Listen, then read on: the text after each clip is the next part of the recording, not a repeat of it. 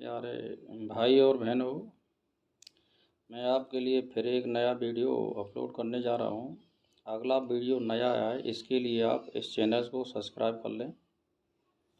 तो मैं जो बताने जा रहा हूँ उसका विषय है कि देव,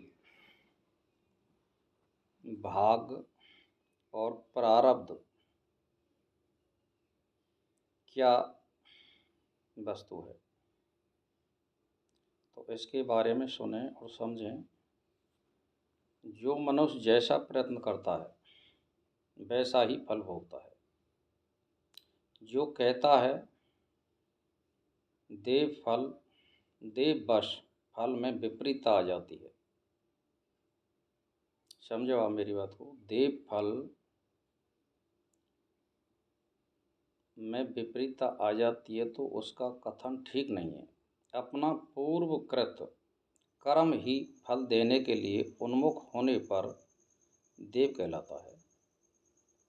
उसके अतिरिक्त देव नाम की कोई वस्तु नहीं है। पुरुषार्थ दो तरह के होते हैं। कौन कौन से? सुनिए। एक शास्त्र अनुमोदित पुण्य कर्म, यानी जो महापुरुषों ने हमारे लिए शास्त्रों में वर्णित किया है उसके अनुसार हमको चलना है, उसको कहते हैं पुण्य कर्म। दूसरा है शास्त्र के विरुद्ध। जो शास्त्रों में लिख रहा है उसके हम विरुद्ध आचरण करेंगे तो वही पाप कहलाता है।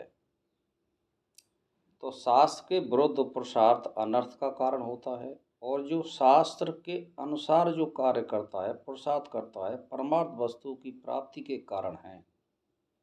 इसीलिए मनुष्य को ऐसा उद्योग या कार्य करना चाहिए कि इस जन्म का पौरुष पूर्व जन्म के शुभ पौरुष यानी प्रारब्ध को शीघ्र जीत ले।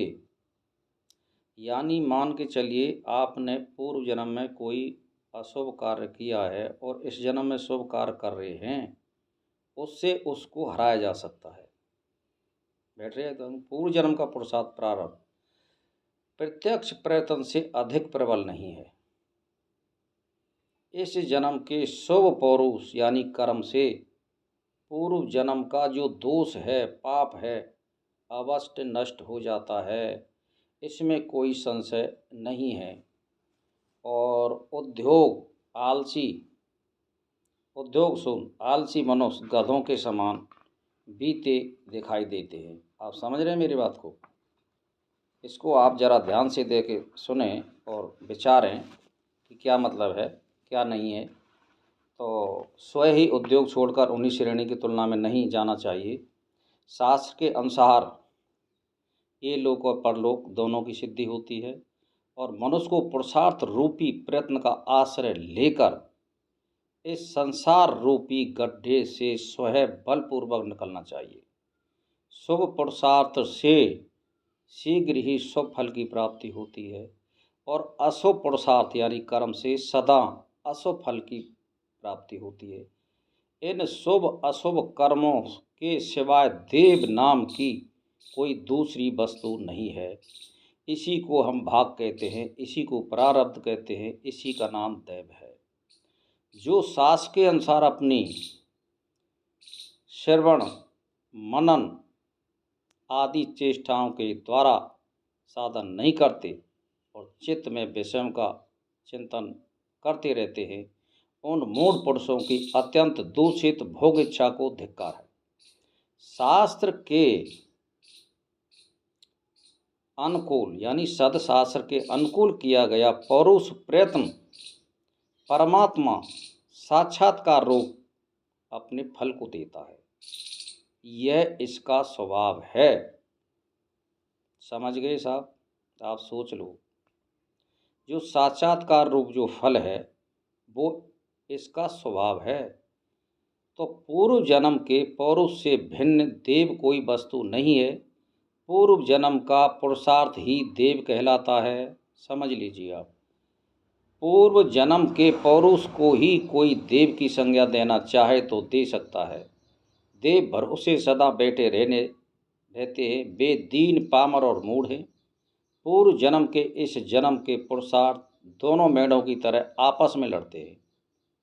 उनमें जो बलवान होता है वही एक दूसरे को पछाड़ देता है। इस जन्म में किया गया प्रबल पुरुषार्थ अपने बल से पूर्व जन्म के पौरुष यानी जो कर्म किया हुआ है शुभ या अशुभ को वो दबा सकता है, या पूर्व जन्म के प्रबल पुरुषार्थ के बल से पूर्व जन्म के पुरुषार्थ या देव को नष्ट किया जा सकता है। पूर्वकृत कर्मों के फलस्वरूप प्रारब्धि अथवा वर्तमान जन्म के पुरुषार्थ, इन दोनों में वर्तमान जन्म का पुरुषार्थी प्रत्यक्ष बलवान है। इसीलिए अधिकारी पुरुष का सहारा यानी अधिकारी पुरुष को पुरुषार्थ का सहारा लेना चाहिए और इस संसार सागर से अपना उद्धार कर लेना चाहिए। जो इस प्रत्यक्ष पुरुषार्थ को छोड़ देवरूपी मोह में निमग्न होता है वह मूढ़ है। तो बहन और भाइयों, मेरा तो एक ही बात है, जो लोग अपना उद्योग त्याग करके, अपना कर्म त्याग करके, पुरुषार्थ त्याग करके देव के भरोसे बैठे रहते हैं, वे आलसी मनुष्य है, अपने ही शत्रु हैं। वे अपने धर्म अर्थ काम मोक्ष चारों पुरुषार्थों का नाश कर डालते हैं। मन बुद्धि कर्मेंद्रियों के द्वारा की जाने वाली चेष्टाएं पौरुष के रूप हैं, उन्हीं से अभिष्ट फल की प्राप्ति होती है। पुरुषार्थ ही बृहस्पति देवताओं के गुरु बने हैं और पुरुषार्थ ही शुक्राचार्य दैत्यों के गुरु का पद प्राप्त किया। शास्त्रों के अभ्यास, गुरु के उपदेश और अपने प्रयत्न, इन तीनों से ही सर्वत्र पुरुषार्थ की सिद्धि देखी जाती है। देव तो दुख सागर में डूबी हो कोमल और दुर्बल चित्त वाले लोगों के लिए आश्वासन मात्र हैं। इसीलिए भाई और बहनों, मेरा तो एक ही मतलब है, शास्त्र के अनुसार कर्म करिए, शास्त्र के विरुद्ध कर्म मत करिए। इसी के साथ मेरा प्रणाम स्वीकार हो।